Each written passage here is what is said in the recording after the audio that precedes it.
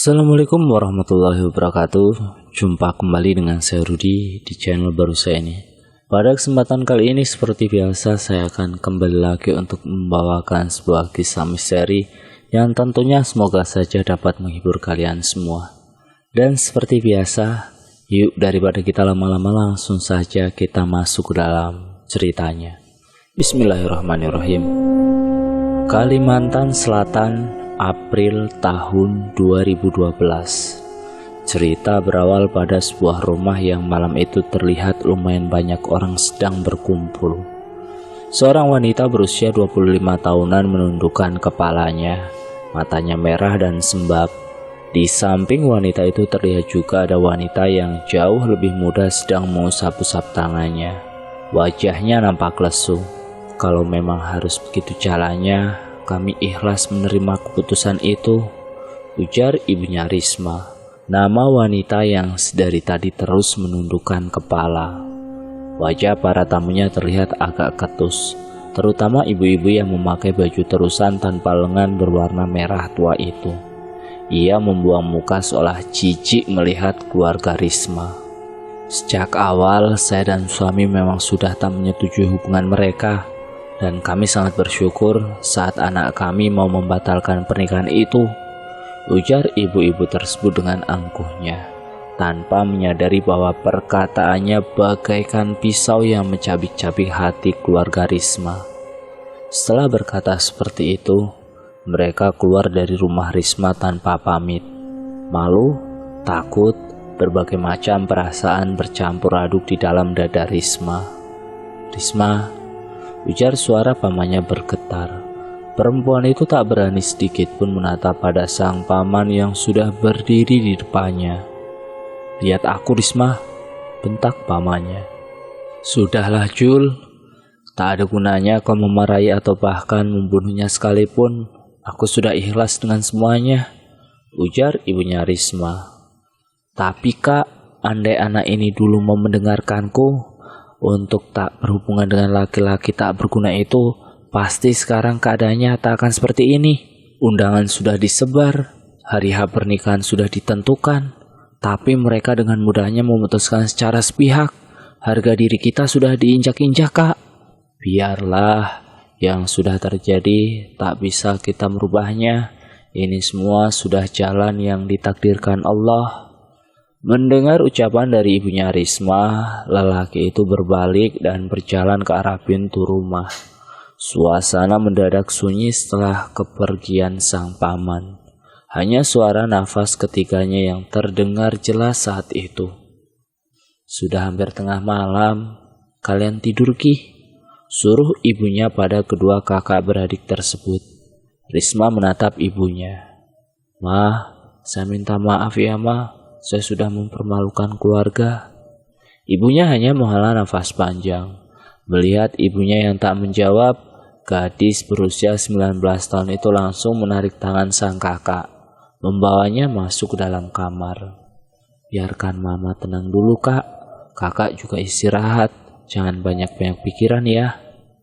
Pagi-pagi sekali, aroma wangi nasi goreng yang sangat menggoda tercium dari arah dapur, membangunkan kedua kakak beradik itu. Pagi-pagi sekali sudah bikin nasi goreng mah, tegur Alia. Wanita parubaya yang masih terlihat sangat cantik itu tersenyum. Mana kakakmu? Tanya ibunya Risma pada Alia, dan gadis itu hanya mengangkat bau. Dari perhelatan antara ruang dapur dan luar, berdiri Risma yang tengah menatap mereka. Sini Ris, sarapan. Kenapa mama biasa-biasa saja? Apa mama sudah melupakan yang terjadi semalam begitu saja? Batin Risma bertanya-tanya. Kak, panggil Alia. Risma beranjak mendekat, dadanya berdebar-debar takut. Ibunya menyendok nasi dan mengambilkan sepotong telur untuk Risma. Mereka bertiga pun tanpa bicara. Suasananya sama seperti biasa. Tak ada ketegangan atau apapun yang bisa membuat suasana canggung saat itu. Sekedar informasi, jadi Risma dan Alia ini hanya tinggal bersama ibunya setelah ayah mereka meninggal pada tahun 2008 lalu. Risma sebelumnya sudah menjalin hubungan bahkan hampir menikah dengan seorang laki-laki dari keluarga pendatang. Jadi mereka ini kalau tak salah berasal dari luar pulau. Cuma sudah cukup lama menetap di Kalimantan Selatan ini. Dan keluarga mereka juga mempunyai banyak bisnis. Bisa dibilang orang kaya lah mereka ini. Tapi tak dijelaskan alasan mereka tak menyukai Risma. Padahal di desanya, orang tua Risma cukup terpandang dan memiliki banyak tanah serta persawahan. Usaha turun-temurun keluarganya pun masih berjalan lancar dan malah semakin sukses hingga saat ini. Maaf ya Ma, ujar Risma hati-hati. Kamu tak salah Ris, Mama pun tak menyalahkanmu kok. Yang Mama harap kamu bisa menjadikan kejadian ini sebagai contoh untuk kedepannya ya. Risma mengangguk, meski nada bicara ibunya terdengar lembut dan sangat tulus. Tapi Risma masih merasakan rasa bersalah itu. Karena dirinya sang ibu dibuat malu oleh keluarga mantan tunangannya. Hari berganti minggu, dan bulan pun berlalu. Ma, berkasku lulus di PT yang tempat ini kerja, Ma. Sang ibu menyipitkan matanya. Daerah mana itu? Kandangan kah? Di Kecamatan Laung Tuhub, Ma, Kabupaten Murung Raya, Kalimantan Tengah. Boleh kan, Ma, aku kerja di sana? Jauh sekali, Riz. Mama saja baru dengar nama kecamatan yang mau kamu datangi itu. Itu karena Mama mainnya kurang jauh. Yang Mama tahu cuma seputaran Palangkaraya saja. Itu di pedalaman ya, Riz? Iya, Ma. Jaraknya 50 km dari tepian Sungai Barito. Itu pun kata Dini, kalau mau naik ke atas, kita harus numpang polpo pengangkut batu bara milik perusahaan Leighton dulu. Ya Allah, susahnya. Supirnya laki-laki kan? Enggak. Mama enggak mengizinkan kalau begitu. Rawan orang-orang jahat, Riz. Mama, kan tidak semua orang jahat, Ma. Mama enggak boleh suudzon. Tapi itu jauh, Riz. Mama takut kamu kenapa-napa. Apalagi itu daerah pedalaman. Banyak binatang buas dan makhluk halus. Risma merengut mendengar apa yang dikatakan ibunya. Sia-sia semuanya. Keluhnya seraya berjalan meninggalkan sang ibu. Malam itu Risma mengurung diri di dalam kamarnya. Ketika tiba-tiba pintu diketuk oleh seseorang.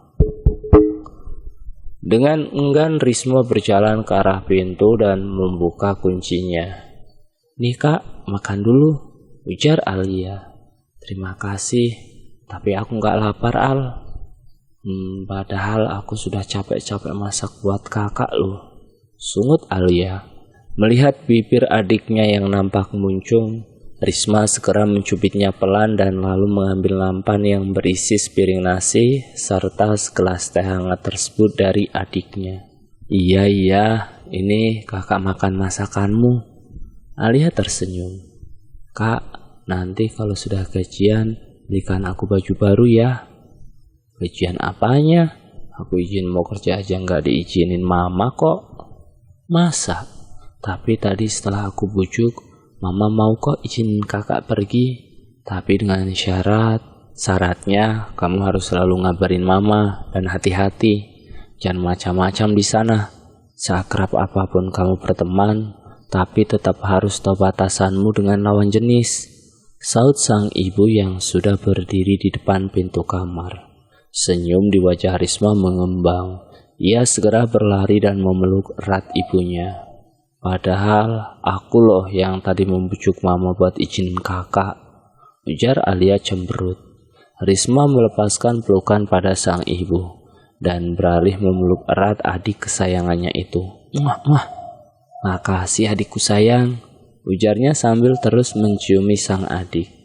Hari yang telah ditentukan pun akhirnya tiba. Risma berangkat bersama dengan Dini menaiki travel. Kamu kok tegang, Riz? Tanya si Dini. Risma tersenyum. Memang harus ikut medical check up ya, Din? Aku takut. Kamu punya penyakit emangnya? Tidak, bukan begitu. Aku sehat kok. Cuma aku takut jarum suntik. Apalagi katamu darah kita juga diambil kan? Iya, tapi kan cuma sedikit.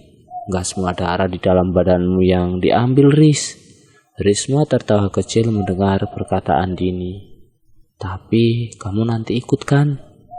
Aku cuma menemani kamu aja, Riz. Aku gak ikut medika lagi. Risma mengangguk. Ya, setidaknya dia ada teman. Setelah perjalanan panjang yang melelahkan, mereka akhirnya bisa beristirahat di salah satu penginapan yang berada di Muara Teweh. Nih minum untuk jaga-jaga, ujar Dini seraya memberikan 4 kaleng susu beruang. Semuanya, Din. Besok nanti sekaleng sebelum berangkat check up. Meski tak tahu maksudnya meminum susu beruang itu apa, tapi Risma tak membantah. Ia membayar susu tersebut dan makanan yang sudah mereka pesan tadi pada ibu-ibu pemilik warung. Singkat cerita, setelah check up dan membawa hasilnya, Risma bersama Dini langsung melanjutkan perjalanan menuju ke tempat tujuan utama mereka. Mereka menaiki mesin motor atau sarana transportasi air yang digunakan oleh orang-orang di sana dengan tarif yang jauh lebih murah dibanding speedboat selama 6 hingga 7 jam perjalanan. Sekitar pukul 3 sore mereka sampai di Lokpon Belangi atau pelabuhan perusahaan. Mereka naik lagi berjalan kaki menuju ke atas sekitar beberapa menit untuk sampai di area yang biasanya digunakan orang-orang menunggu tumpangan. Dan tak lama mereka menunggu, Polpo yang bisa untuk ditumpangi pun akhirnya tiba. Itu pun mereka berebut naik dengan orang-orang lain yang baru pulang dari pasar Muara Lawung. Tapi beruntungnya karena wajah kedua perempuan itu cantik, akhirnya merekalah yang didahulukan oleh supir Polpo untuk dibawa. Dengan alasan, kamu nanti ya om, tunggu teman saya yang di belakang itu. Soalnya saya kasihan sama kedua adik ini, karena tujuan mereka ke Kawisana. Jarak tujuan Dini dan Risma memang sangat jauh dari tujuan orang-orang tersebut. Yang paling jauh jaraknya hanya sampai di Batu Buah atau Pendasiron. Terima kasih lah kak, ujar Dini tersenyum pada sopir Polpo tersebut. Wih, bawa perempuan ya? Ujar suara dari radio membuat Risma yang tak paham sama sekali dengan bahasa daerah itu hanya menatap dengan raut wajah yang bingung. Suara klakson tak henti-hentinya dibunyikan oleh sopir Polpo lain ketika berpapasan dengan mereka. Cantik-cantik perempuannya, bisakah minta nomor HP-nya? Goda sopir lain melalui radio. Dini yang memang sudah mengerti dengan bahasa Dayak Pakumpai itu pun cuma tersenyum-senyum. Artinya apa sih Din? Kok perasaanku gak nyaman ya? Bisik Risma. Dini yang memang sudah mengerti dengan bahasa Dayak Pakumpai itu cuma tersenyum-senyum. Mereka bercanda, udah bawa santai aja Riz. Sesekali Risma menggeliat untuk menghilangkan rasa penat di punggungnya. Sementara Dini asik mengobrol bersama sopir itu. Dan saat sampai di Kawi, mereka diturunkan di depan jajaran rumah makan. Saat turun, Risma melihat Dini dicium dan diberikan uang oleh si sopir Polpo tersebut. Hal itu membuat Risma mengerutkan alisnya. Siapa dia Din? Pacarmu? Bukan. Risma menggeleng. Ia menepis pikiran buruknya tentang Dini. Dan kemudian berjalan menuju ke arah mes. Sesampainya di mes, saat pintu kamar dibuka, ruangan itu mengeluarkan bau yang tak sedap. Seperti pesing yang bercampur dengan kotoran hewan. Ya Tuhan, baunya. Padahal gak sampai 2 minggu aku tinggal. Sudah bau dan berdebu begini. Keluh Dini. Ya sudah Din, biar aku yang bersihkan. Pel lantai dan sabunnya ada kan? Ada Riz. Aduh, maaf ya Riz. Jadi kamu yang bersihin. Iya gak apa-apa Din, santai saja. Risma menyapu dan mengepel lantai dengan pewangi sasetan yang ia peroleh sebagai pengganti uang kembaliannya di warung semalam. Ia melakukannya tanpa mengeluh, meski tubuhnya saat itu juga sedang capek-capeknya. Setelah selesai, Risma pun mandi. Di dalam kamar mandi berukuran kecil tersebut, Risma mulai mengguyur tubuhnya dengan air. Namun saat ia mulai menyabun wajahnya, Risma merasa seperti ada seseorang yang tengah memperhatikannya dari sudut kamar mandi. Ia membuka matanya, takut kalau ada orang yang tengah mengintipnya. Tapi tak ada siapa-siapa di sana. Risma bergegas menyelesaikan mandinya. Dan setelah mengenakan sarung, ia pun kembali ke dalam kamar mes. Hawanya mendadak dingin, sangat-sangat dingin. Risma mengenakan jaket dan celana panjang lalu segera tidur di tempat tidur bagian atas. Karena tempat tidur mereka bertingkat. Entah pukul berapa, ketika itu ia merasa seperti ada sebuah tangan yang membelai lembut kepalanya. Risma terbangun dan tak mendapati siapapun di dekatnya. Mungkin hanya mimpi, batinnya. Risma kembali memejamkan mata, dan ia terbangun ketika Dini sudah bersiap-siap berangkat kerja. Ayo bangun Ris, biar aku temani kau ke kantor. Sebelumnya sudah kuhubungi Pak Bambang. Katanya kita disuruh langsung saja ke kantor. Di perjalanan menuju kantor, Risma bertemu banyak sekali karyawan di sana. Mereka semua terlihat ramah dan penuh senyum pada Risma, membuatnya merasa senang dan berharap bisa secepatnya bergabung bersama mereka. Aku pasti bekerja di sini kan, Din? Iya, kamu tenang saja, Ris. Makasih ya, Din. Iya, tapi ingat-ingat kesepakatan kita ya, Ris. Hehe. Risma mengangguk. Ia ingat tentang perjanjian mereka. Jika Risma bekerja di situ, maka selama 3 bulan, setengah gajinya harus diberikan kepada Dini sebagai uang tanda terima kasih Risma. Dan Risma tak mengapa akan syarat itu. Sebetulnya kalau tentang uang, walau ia tak bekerja pun, Risma akan tetap punya uang. Hanya saja pengalamannya yang Risma inginkan. Makanya ia langsung menyanggupi syarat dari Dini agar bisa bekerja di daerah itu. Singkat cerita, keluar dari kantor, wajah Risma nampak sumringah. Ia bahkan tak bisa mengontrol bibirnya yang terus tersenyum itu. Kapan mulai kerja? Tanya Dini menghampiri. Besok aku disuruh ke kantor lagi buat tanda tangan kontrak. Aku yakin kamu sudah tahu, Din. Makasih banyak ya, Din. Dini tersenyum. Ingat perjanjiannya ya? Iya, aku ingat kok, Din. Malam itu saat Dini mandi, Risma merebahkan tubuhnya di atas tempat tidur sambil membayangkan besoknya ia akan mengenakan baju karyawan yang sama dengan Dini. Saat memejamkan matanya, Risma merasakan hembusan nafas hangat di sampingnya, tepat mengenai telinga Risma.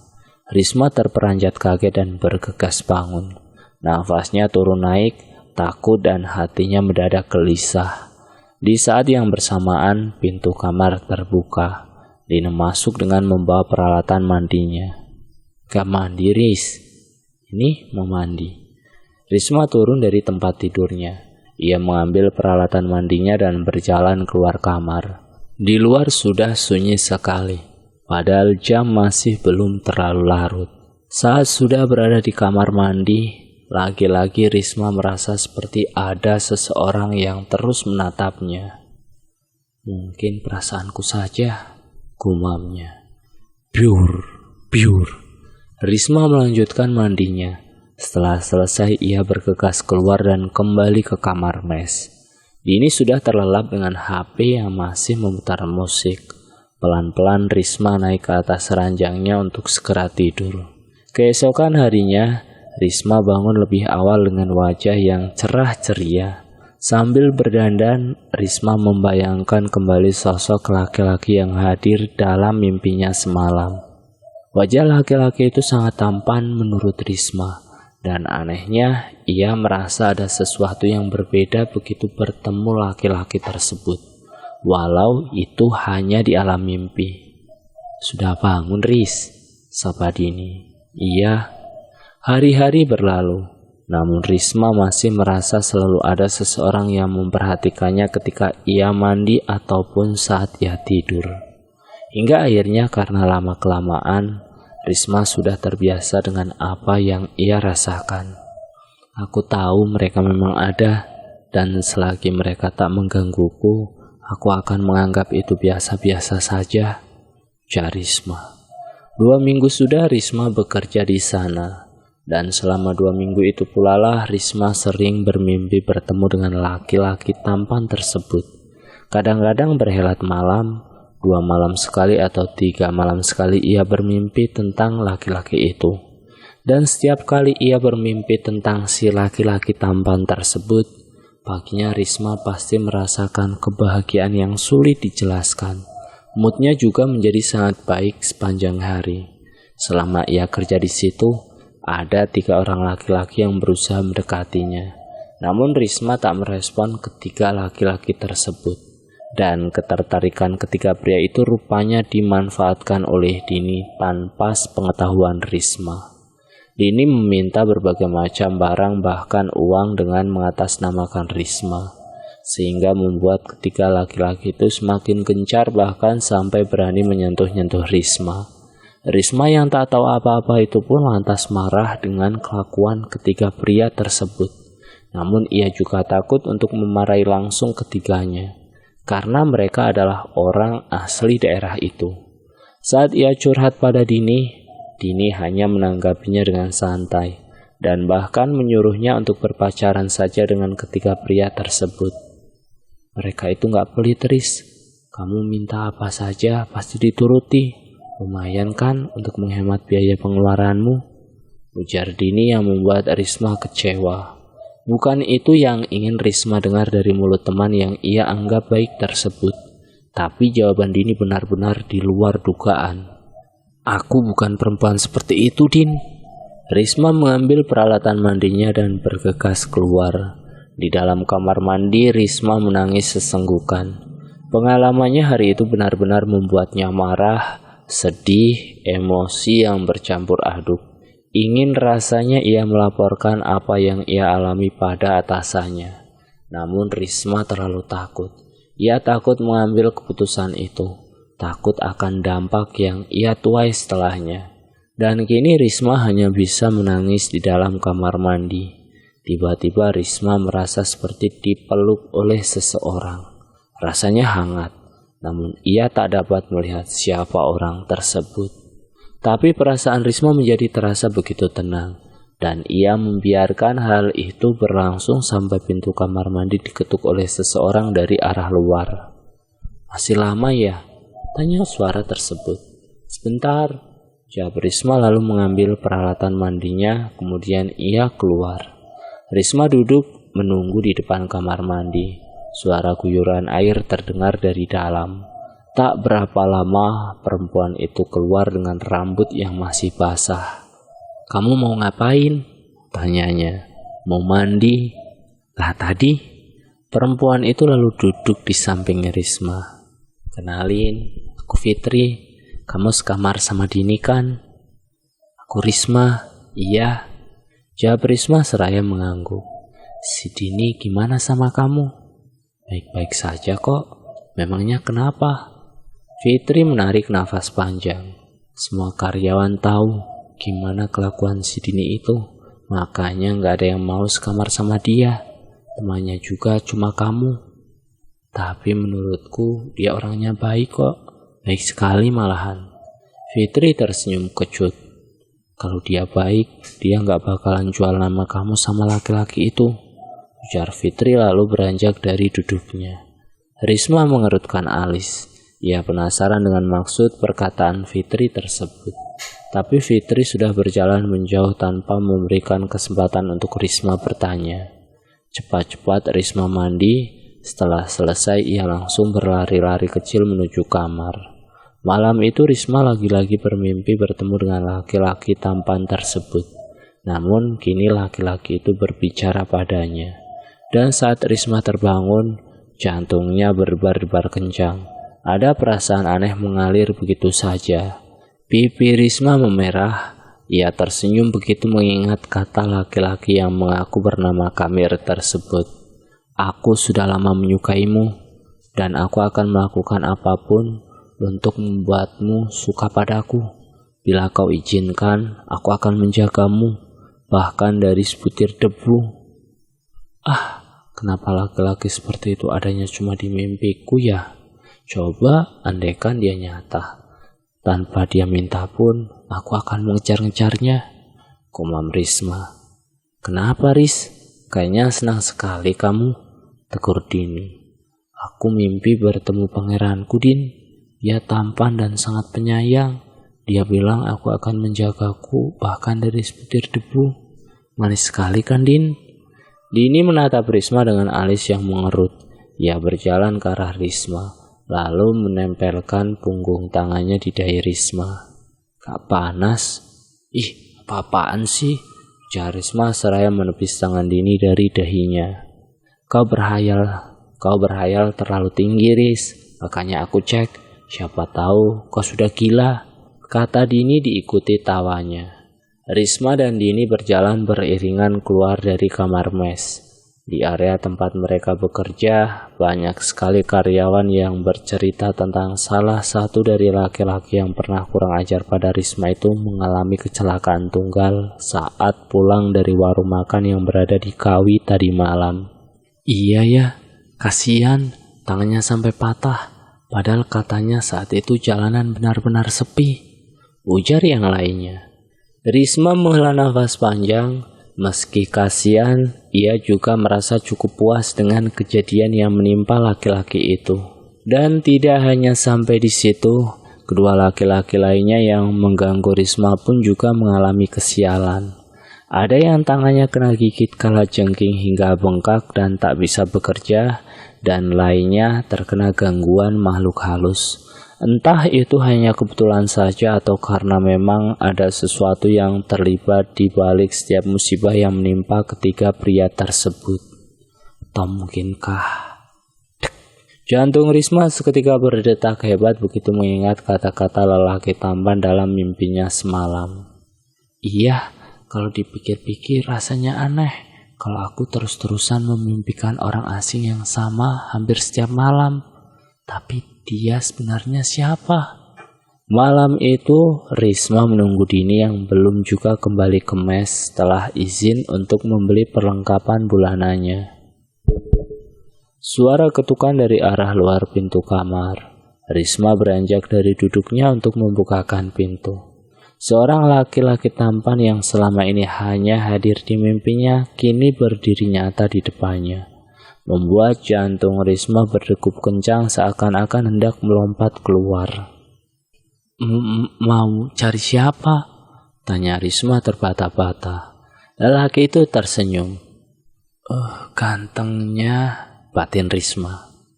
Aku ingin berkenalan denganmu. Sebenarnya sudah lama aku memperhatikanmu, tapi baru malam ini aku memberanikan diri menemuimu secara langsung. Hah?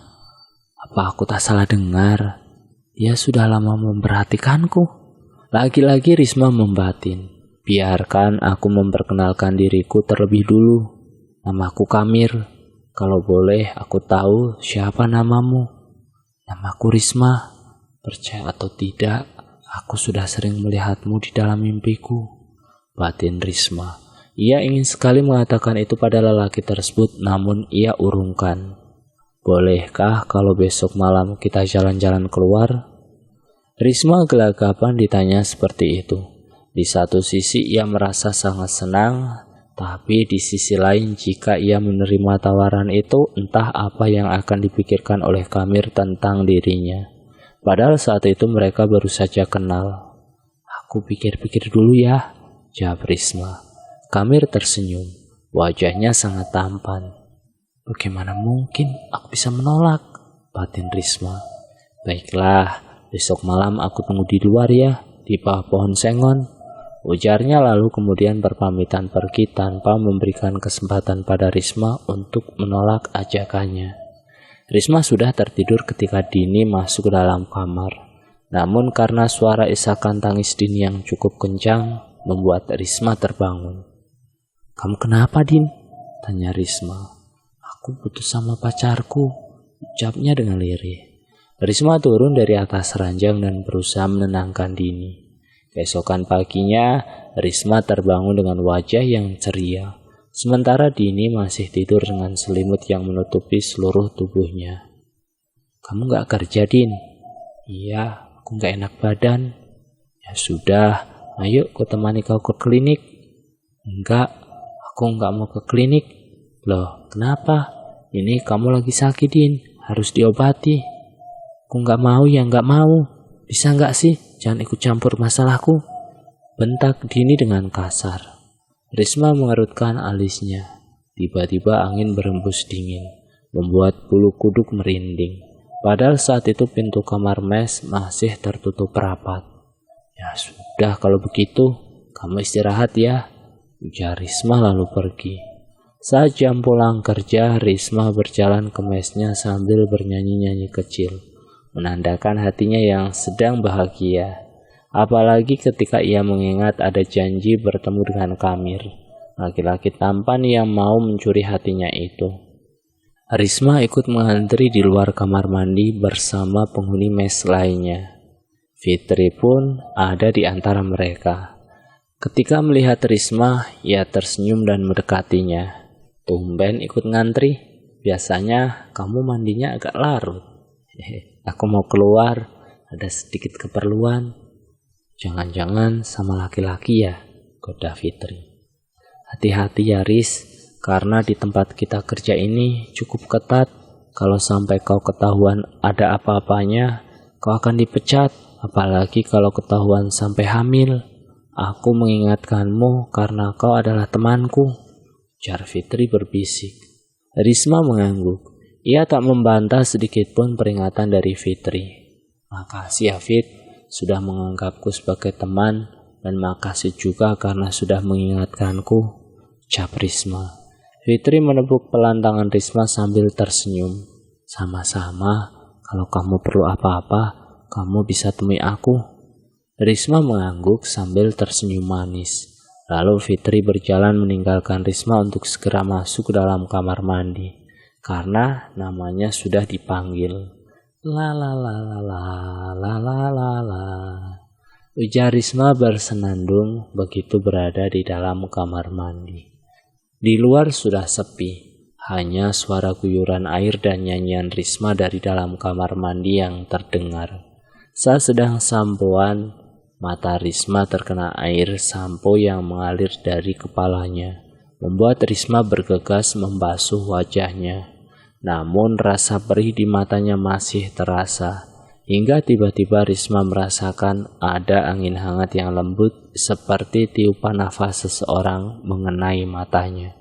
Lalu perlahan-lahan rasa perih yang ia rasakan pun kemudian hilang. Merasa ada yang tak beres, Risma segera mengakhiri mandinya. Meski di bagian rambut masih ada sedikit buih-buih sampo yang menempel. Di dalam kamar rupanya Dini belum juga kembali.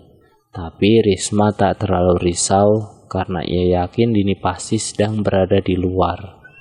Mungkin sedang makan bersama teman-temannya di warung atau hanya mengobrol-ngobrol santai bersama yang lain. Ia mengenakan baju yang paling bagus menurutnya dan membiarkan rambut panjangnya itu tergerai dengan indah. Saat melewati pos security, Risma izin keluar untuk membeli barang-barang keperluannya. Ia harap-harap cemas, takut-takut kalau tak diizinkan.